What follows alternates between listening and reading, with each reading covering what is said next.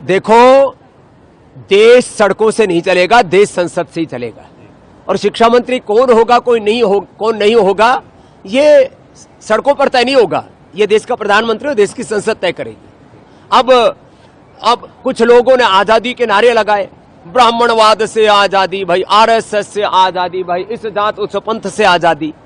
अब भाई वो ब्राह्मण कुल में पैदा हुआ है और यदि आरएसएस से उसने राष्ट्रवाद सीखा है प्रहलाद जोशी जी ने, तो इसके किसी के पेट में दर्द नहीं होना चाहिए।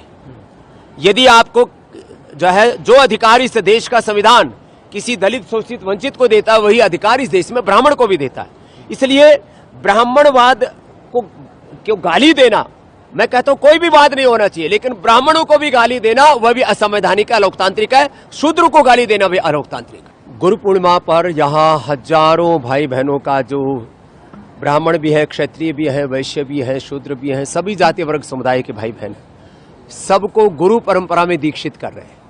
हमारा एक ही संकल्प है, हम सब ऋषि ऋषिकाओं के वंशधर, उनके उत्तराधिकारी, प्रतिरूप मूर्त विग्रहवान स्वरूप हैं। और ऋषि ऋषिकाओं के वंशधर होने के नाते ऋषि संस्कृति का, सनातन संस्कृति का सबसे बड़ा प्रतीक यज्ञोपवीत सब धारण कर रहे हैं। तो सनातन विरोधियों ने हम पर लांछन लगाया कि एक ब्राह्मण जाति को छोड़ करके किसी को दूसरे को यज्ञोपवीत करने का अधिकार नहीं। यह सब जाति वर्ग समुदायों के भाई बहन यज्ञोपवीत धारण कर रहे हैं, और स्त्री और शूद्र तो वेद पढ़ ही नहीं सकते, यज्ञोपवीत धारण नहीं कर सकते, ऐसी मिथ्या भ्रांति फैलाई थी सनातन विरोधियों ने। आज सब प्रमाण देख ले कि यहां पर पुरुषों के साथ सब बेटियां, सब स्त्रियां भी यज्ञोपवीत धारण कर रही हैं और यहां वेद पढ़ती हैं।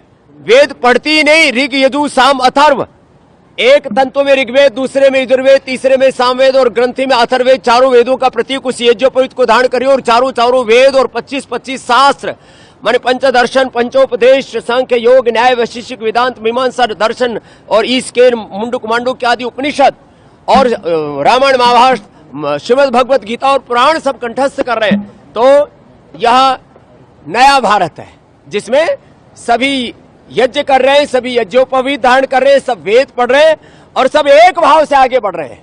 कोई भेदभाव नहीं, सब एक पूर्वजों की संतान है। आज हमारे मजहब अलग हो सकते, पूर्वज अलग नहीं हो सकते। जो मैं बात कह रहा हूं उसका एक प्रत्यक्ष प्रमाण है कि आज हिंदू हो या मुसलमान हो, मुसलमान से पूछो तो भाई आप पहले क्या थे, बोलो हम तो कन्वर्टेड मुसलमान हैं। तुमने कहा मुसलमान से पहले क्या थे, बोलो वही थे जो आप हैं।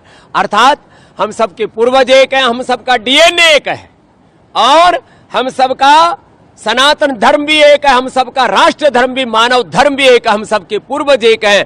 पूर्वजों जैसा हमारा चरित्र हो और हम सब मिलजुल करके राष्ट्र की एकता, अखंडता और समृद्धता के लिए पुरुषार्थ करें। और एक बात और कहना चाहता हूं, पिछले दोनों जंतर मंतर पर कोई जैन जी ने इकट्ठे होकर के भारत को बदनाम किया।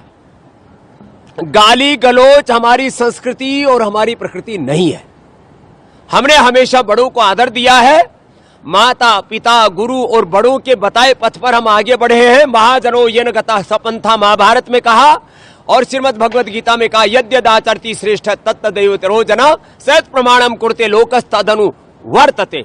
इसलिए अपने बड़ों को आदर दे, गौरव दे और किसी भी प्रकार से कोई असहमतियां हो तो असहमति को भी डेमोक्रेटिक और संवैधानिक लोकतांत्रिक तरीके से, हमारा कॉन्स्टिट्यूशन एक डेमोक्रेसी है और हमारे भीतर सबसे बड़ी एक ह्यूमैनिटी है, डिविनिटी है। तो अपने लोकतांत्रिक, संवैधानिक, मानवीय, नैतिक, आध्यात्मिक मूल्यों को मरने ना दे। अपने बच्चों को भी समझाएं, गाली गलौच नहीं करें। आपको यदि विरोध भी करना है तो वो भी विवेक पूर्वक करें।